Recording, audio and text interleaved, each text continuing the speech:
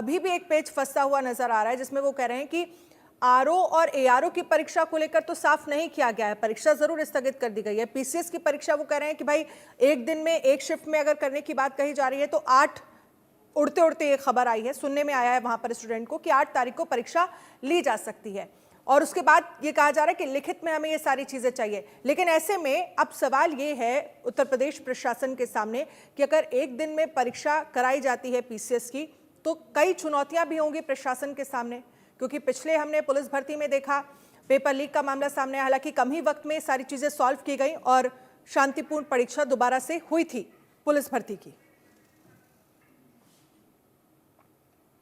नाथ के दखल के बाद ही यह फैसला हो सका होगा और मुझे लगता है कि तमाम चैनलों के बीच में इंडिया न्यूज़ इकलौता चैनल था जो इन छात्रों की बात को सही तरीके से सरकार तक पहुंचाने की कोशिश कर रहा था। और सरकार के भीतर भी कई ऐसे अधिकारी और मंत्री रहे जिनसे लगातार उनका फ़ोन मेरे पास भी आता रहा कि यह जो बात आपके ज़रिए आ रही है ये बहुत सुलझी हुई है और ये समझ में आ रही है और लग रहा है कि ये गलत तरीका है, इस तरीके से इम्तिहान नहीं लिया जाना चाहिए। तो फ़र्ज़ कर लीजिए कि UPPSC Uttar Pradesh public service commission एक आयोग है जो उत्तर प्रदेश में अलग अलग नौकरियों के लिए इम्तिहान लेता है। तो जो पीसीएस का एग्ज़ाम है जिससे पीसीएस अधिकारी बनते हैं वो 7 और 8 दिसंबर को 2 दिनों का ऐलान हुआ था, अब वो 8 तारीख होगा, एक दिन। ठीक है सर, मैं आपके पास आऊंगी। पूर्व डिप्टी सीएम उत्तर प्रदेश दिनेश शर्मा क्या कुछ कह रहे हैं, एक बार जरा ये भी सुन लेते हैं। और उसके बाद जो सबकी जो इच्छा होती है छात्र हित में या जनता के हित में वो निर्णय सरकार लेती है। इससे अच्छी लोकतांत्रिक परंपरा और निर्णय क्या हो सकता है। विपक्ष को बाज आना चाहिए जो वो हिंसा फैलाना चाहते थे, विपक्ष को बाज आना चाहिए जो छात्रों के हितों में भी अपनी राजनीति को खोज रहे थे। वो मुद्दा तलाश रहे थे कि उपचुनाव में वो किसी प्रकार के राजनीतिक खेल खेल सकें। उनकी कोई भी संभावनाएं योगी जी के रहते पूरा नहीं होना है। योगी जी चुनावी दौरे पे जरूर थे लेकिन उनका हर पल छात्रों के हित में क्या हो रहा है इसके लिए लगा था और उन्होंने पूरा चाहे वो पुलिस प्रशासन हो जिला प्रशासन हो सबसे संयम बनाने के लिए बोल रखा था कठोरता के साथ में। और आयोग से भी कहा था कि तुरंत पूरी विस्तृत रिपोर्ट को बनाकर आप प्रस्तुत करें। तो विस्तृत रिपोर्ट में और समीक्षा में समय लगता है, इसलिए 1-2 दिन का समय लगा। पहले से ही आयोग के सचिव छात्रों से कहते आए थे कि आप हमको 1-2 दिन का समय दें और वो 1-2 दिन का समय पूरा होते ही निर्णय आ गया।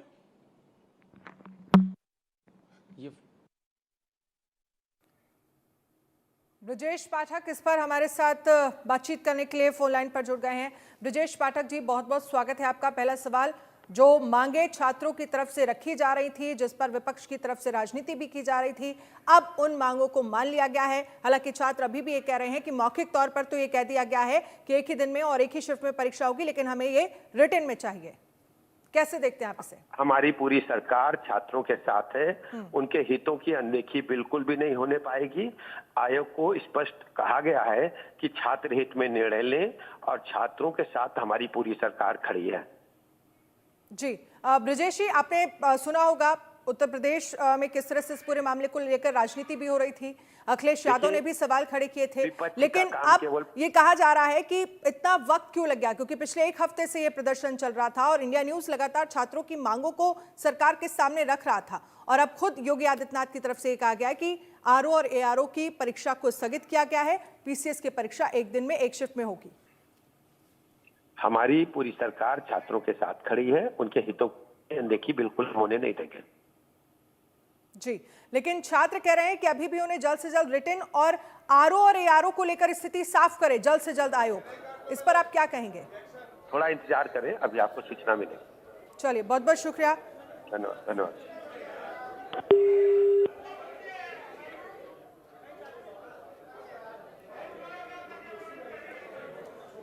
हमारे साथ editor in chief India news Rana Yashwant भी बने हुए हैं। राणा सर, क्योंकि जिस तरह से ब्रजेश पाठक को भी हमने सुना, उनकी तरफ से ये कहा गया कि जो आरओ और एआरओ को लेकर मांग की जा रही थी उसमें छात्रों से ये कहा जा रहा है कि थोड़ा सा इंतजार करिए, उसको लेकर भी स्थितियां जो हैं वो साफ हो जाएंगी। नियम तो एक ही होता है नन्या। अगर फर्ज कर लीजिए कि पीसीएस का एग्जाम एक दिन में हो रहा है तो आरओ एआरओ का एग्जाम भी एक ही दिन में होगा। यही जो लड़के हैं जो प्रदर्शन कर रहे हैं, ये कोई दूसरा आदमी इम्तिहान नहीं देगा, इन्होंने ही वो फॉर्म भर रखा है।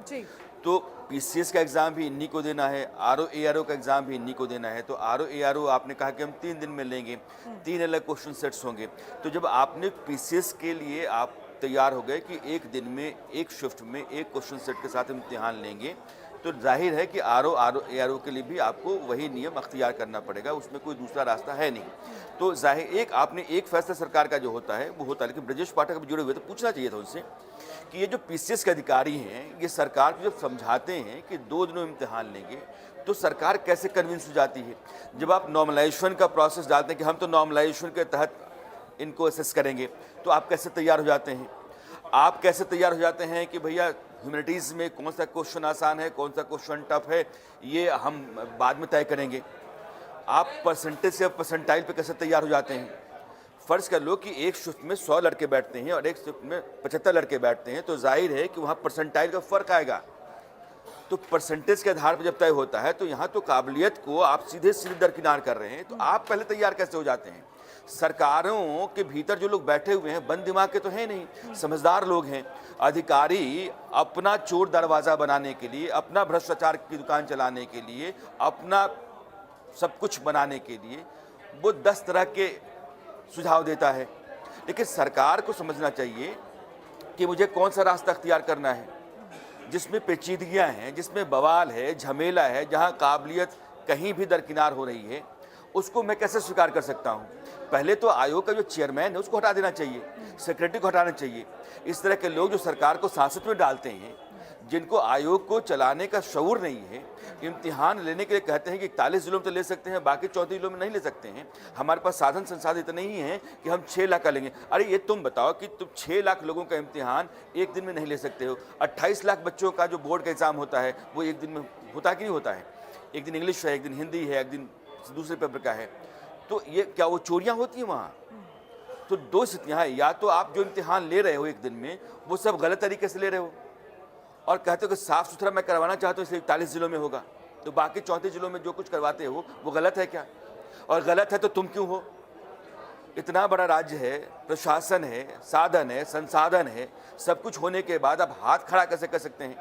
तो सरकार से ये सवाल हमारा होना चाहिए कि आप ऐसे अधिकारियों को कैसे बिठाए हुए हैं जिनको समझ नहीं है, या समझ भी है तो शातिर हैं, वो अपने लिए आपको गलत तरीके से समझा रहे हैं।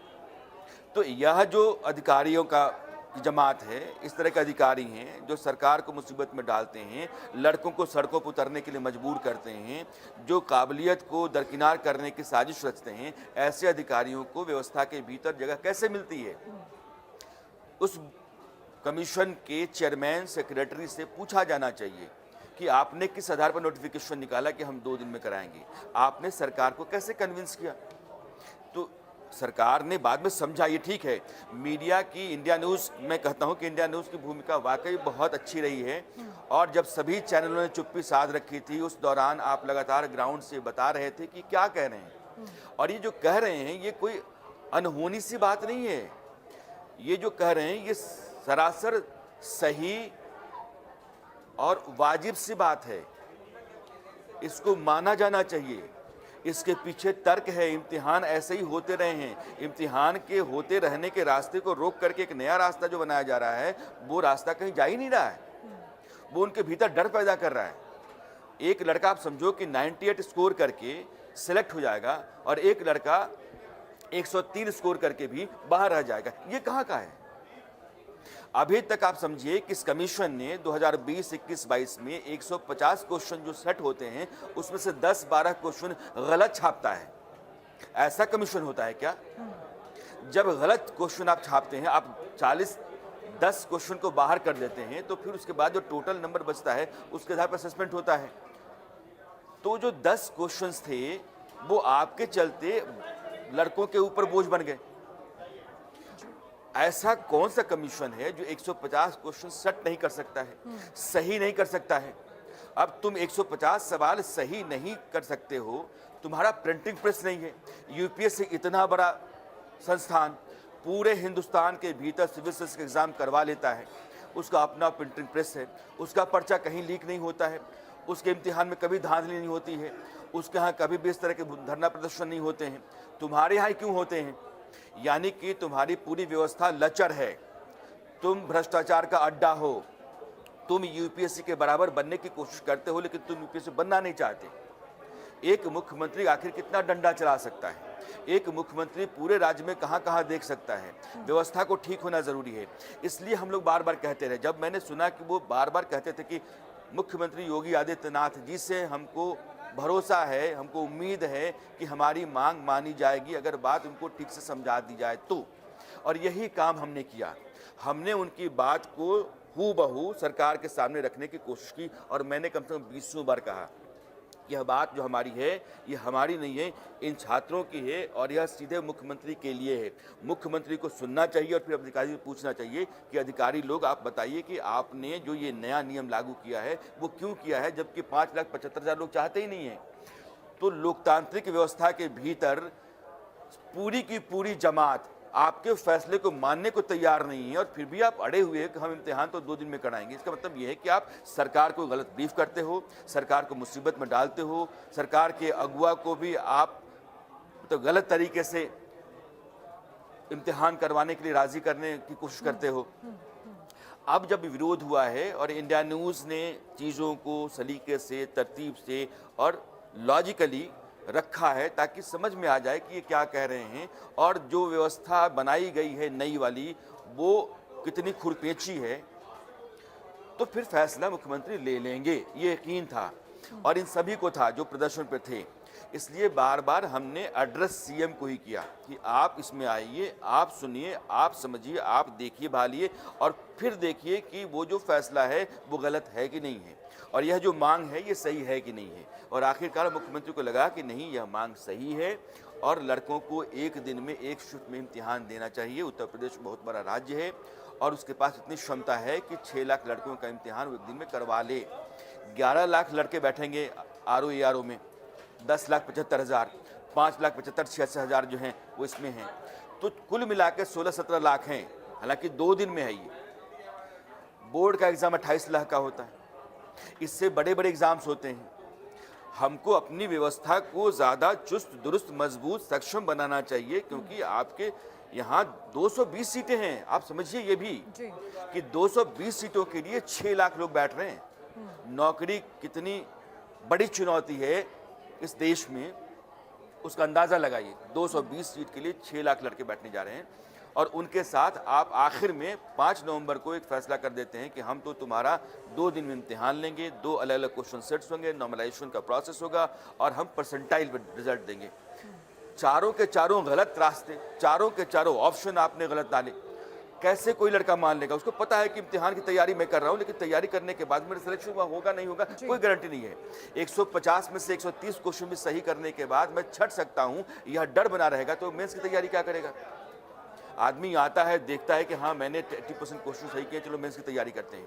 आपने उसके भीतर डर पैदा कर दिया, और 1 महीना उसका जब तक रिजल्ट नहीं आता है तब तक आपने उसको खराब कर दिया, समय खराब किया आपने, उसके भीतर डर पैदा करके रखा। ये 10-10, 12-12 हज़ार रुपये लेकर के घर से पढ़ने वाले बच्चे, जनवरी में नोटिफिकेशन निकला, मार्च में इम्तिहान होना था, मार्च जब दिसंबर में हो रहा है, साल का पूरा खा गए। इस कमीशन को सोचना चाहिए कि 6 लाख, मैंने मान लिया 6 लाख में से 3 लाख बच्चे बाहर रहते होंगे, 3 लाख स्टूडेंट्स 12,000, 13,000 रुपये, 15,000 रुपये अपने घर वालों से हर महीने के लेते हैं साल भर, यानी कि 1.25 लाख 1.5 लाख रुपए उसने लिए। 1.25 लाख 1.5 लाख रुपए 3 लाख बच्चों ने लिए। 3 लाख गुना 1.25 लाख करके देखिए, यह जो 10 महीने की देरी है किसकी है? आयोग की है। यूपीएससी में क्यों नहीं होता है?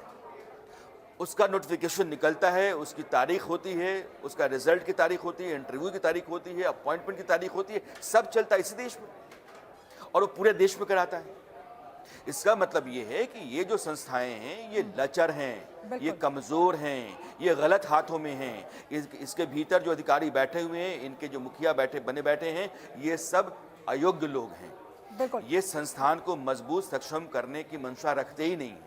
बिल्कुल। और आयोग को लेकर जो आप सवाल उठा रहे हैं, आने वाले वक्त में हो सकता है कि इस पूरे मामले को लेकर आयोग के जो तमाम अधिकारी हैं, जिनकी तरफ से ये आगे बात बढ़ाई गई कि भाई 2 शिफ्ट में परीक्षा हो, 2 दिन में परीक्षा हो, ऐसे अधिकारियों पर आने वाले वक्त में हो सकता है कि कार्रवाई भी हो, और कार्रवाई होनी भी चाहिए जो देश के भविष्य के साथ इस तरह से खिलवाड़ कर रहे हैं। हमारे साथ अभिषेक ग्राउंड जीरो पर बने हुए हैं। अभिषेक, आयोग की तरफ से कुछ और भी अभी बातें साफ की गई हैं क्या कह रहे हैं अभी वहां पर छात्र? कोई नई खबर फिलहाल सामने आई है क्या?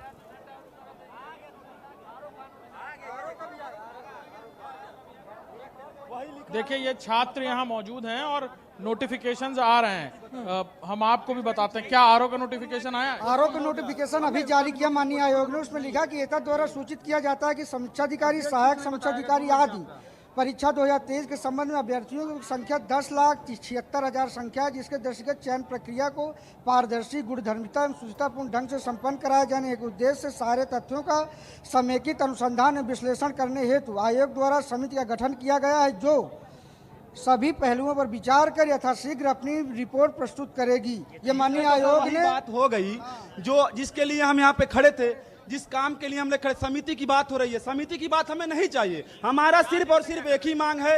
ईसीएस का भी नोटिफिकेशन आया? ईसीएस का नोटिफिकेशन आया है, जिसमें ये एक शिफ्ट की बात कर रहे हैं। डेट अभी कुछ नहीं बताई गई दोनों एग्जाम्स की, लेकिन पीसीएस को ये कह दिया गया है कि एक शिफ्ट में एग्जाम हो गया, पूर्ववत की भांति एग्जाम होगी। लेकिन आरओ में ये फिर दोहराया जा रहा है कि 10 लाख से ज्यादा परीक्षार्थी हैं। हमारी कमेटी जो है शुचिता, गुणधर्मिता और पारदर्शिता को सुनिश्चित करने हेतु हमारी कमेटी ये निर्धारित करेगी कि क्या होगा। तो ये अंग्रेजों का वही कहानी हो गई, फूट डालो और राज करो।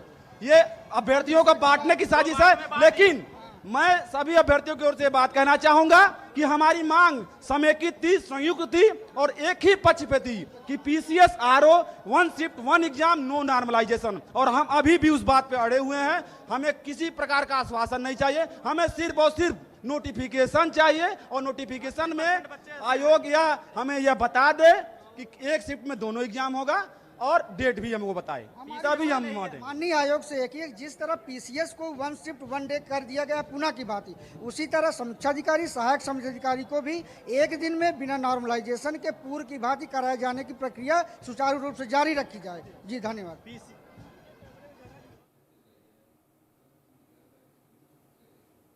हम उसको सरकार को अधूरी बधाई भी देना चाहते हैं और आयोग को अधूरी बधाई देना चाहते हैं। और हमारी मांग है कि आरओ में भी 1 शिफ्ट 1 एग्जाम करा। आपने आधी लड़ाई जीत गया। हम लोग आधी लड़ाई जीत गए हैं और आधी लड़ाई अभी जीतना बाकी है। हो सकता है अभी एक आधे घंटे जाते जाते हम लोग आधी लड़ाई और जीत जाए। हम सरकार और आयोग को आधी बधाई भी देते हैं। बहुत बहुत धन्यवाद।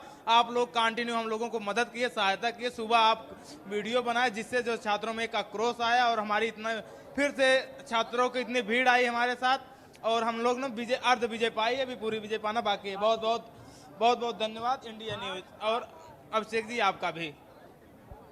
हमारी मांग आयोग से जो पुनः की भांति थी वो भी है कि आरओ के लिए स्थिति स्पष्ट कर दीजिए। पूर्व की भांति जैसे परीक्षाएं होती रही हैं वैसी परीक्षाएं होती रहें। माननीय आयोग से हमारी मांग है, जैसे पीसीएस को स्पष्ट कर दिया है उस तरह आरओ के लिए।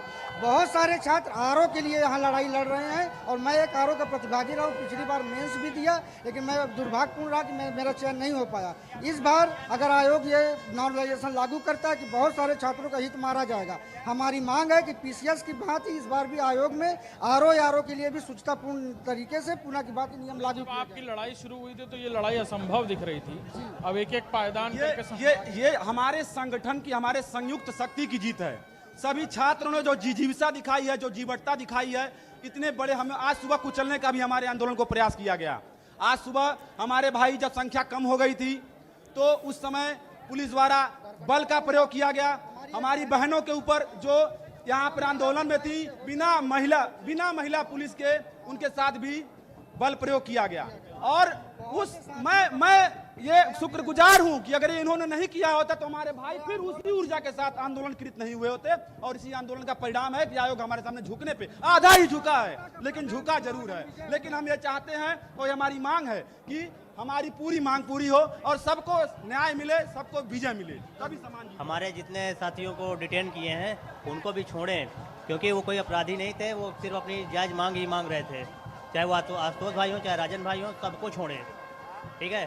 और एक चीज और कहूँगा, पेपर दोनों एग्जाम एक शिफ्ट में होनी चाहिए, चाहे वो ठीक है। जैसा कि आयोग को लग रहा है कि हम 2 भागों में बांट देंगे तो आंदोलन कमजोर हो जाएगा, पर ऐसा कुछ नहीं होगा। क्योंकि पीसीएस के जो 80% स्टूडेंट होते हैं वही आरओ की परीक्षाएं देते हैं। तो आरओ जैसे जिस तरीके से पूर्वत की भांति पीसीएस की परीक्षाएं कर दी गई, उसी तरीके से आरओ की भी परीक्षाएं पूर्ववत की भांति ही होनी चाहिए। ठीक है, नोटिफिकेशन हमने सुन लिया है आरओ को, क्या नोटिफिकेशन सामने आया, मैं राणा सर से चाहूंगी इस पर वो अपनी बात रखें। राणा सर, क्योंकि आरओ और एआरओ को लेकर जो नोटिफिकेशन सामने आया जिसमें ये कहा जा रहा है आयोग की तरफ से कि इसमें 10 लाख से ज्यादा छात्र हैं, आयोग इस पर कमेटी बना रहा है और फिर इस पर देखा जाएगा कि एक दिन में परीक्षा करानी है, एक शिफ्ट में परीक्षा करानी है। पीसीएस को लेकर साफ है, लेकिन अब ये छात्र ये मान रहे हैं कि आधी लड़ाई तो हमने जीती, लेकिन आधी लड़ाई अभी भी बाकी है। अनन्या, आरओ में 10,75,76,000 के आसपास स्टूडेंट्स हैं और सरकार ये कह रही है कि इतनी बड़ी जो तादाद है इसका इम्तिहान हम एक दिन में एक शिफ्ट में करा सकते हैं कि नहीं करा सकते हैं, इसके लिए हम कमेटी बनाएंगे। वो कह रहे हैं कि कमेटी बनाने की क्या जरूरत है, आप करवा लीजिए। लेकिन क्या रास्ता है? आप कहते हैं कि 10 किलोमीटर के दायरे में आपका सेंटर होगा। जैसे मैं किसी ज़िले में हूँ तो 10 किलोमीटर के दायरे में जो एग्जामिनेशन सेंटर्स हमारे पास अवेलेबल हैं उनके भीतर हम इम्तिहान का सेंटर तय करते हैं। ये कहते हैं कि 10 किलोमीटर की जगह 20 किलोमीटर कर दीजिए। और जो प्राइवेट स्कूल्स हैं वो सरकारी स्कूलों से कहीं ज़्यादा वेल इक्विप्ड होते हैं, तो प्राइवेट स्कूलों को भी आप एग्जामिनेशन सेंटर में तब्दील करिए। आपके पास प्रशासनिक व्यवस्था है, आपके पास संसाधन हैं, तो प्राइवेट स्कूल्स को आप लाइए और 10 किलोमीटर के दायरे को 20 किलोमीटर के दायरे में तब्दील कर दीजिए। आप आराम से 10,75,000 लोगों का इम्तिहान ले सकते हैं एक पाली में। जैसे ही आप 2 या 3 शिफ्ट में जाएंगे, यानी कि 3 क्वेश्चन सेट्स होंगे, 3 क्वेश्चन सेट्स होंगे तो फिर होगा कि भैया टफ कहाँ रह गया, आसान कहाँ रह गया, फिर नॉर्मलाइजेशन का प्रोसेस आ जाएगा। नॉर्मलाइजेशन जब लाएंगे तो फिर आप कहेंगे कि भैया अब हम परसेंटाइल इसमें डालेंगे। तो ये परसेंटाइल, नॉर्मलाइजेशन, 3 शिफ्ट, इससे मुक्ति का एक ही रास्ता है कि सरकार अपनी क्षमता साबित करे, आयोग जो है ना वो अपनी दक्षता साबित करे कि आप 11 लाख लोगों का इम्तिहान एक दिन में राज्य के भीतर कैसे ले सकते हैं। इसके लिए अपने आप को चुस्त दुरुस्त कीजिए और जो चीज़ें आपके पास हैं उनका सही यूटिलाइजेशन कैसे कर सकते हैं ऑप्टिमम, वो आप देखिए। कमेटी हो सकता है किसी को देखने के लिए कमेटी बनाई गई हो, लेकिन मुझे सरकार को फैसला कर लेना चाहिए, कमेटी की जरूरत नहीं। चलिए, बहुत बहुत शुक्रिया सर हमारे साथ जुड़ने के लिए। अभिषेक हमारे साथ जुड़े, आपका भी बहुत बहुत शुक्रिया। अब यूपी पीएससी की परीक्षा को लेकर साफ हो गया है, पीसीएस की जो परीक्षा है वो एक पाली एक शिफ्ट एक दिन में होगी और साथ ही आरओ और एआरओ की परीक्षा जो है वो स्थगित कर दी गई है। आयोग की तरफ से ये कहा गया है कि कमेटी का गठन किया जाएगा और उसके बाद फैसला लिया जाएगा, क्योंकि जो आरओ और एआरओ को लेकर छात्र हैं वो 10 लाख से ज्यादा यानी लगभग 10,75,000 हैं। तो ऐसे में आयोग की तरफ से जो कमेटी बनाई जाएगी वो ये तय करेगा कि कैसे ये परीक्षा आगे करानी है।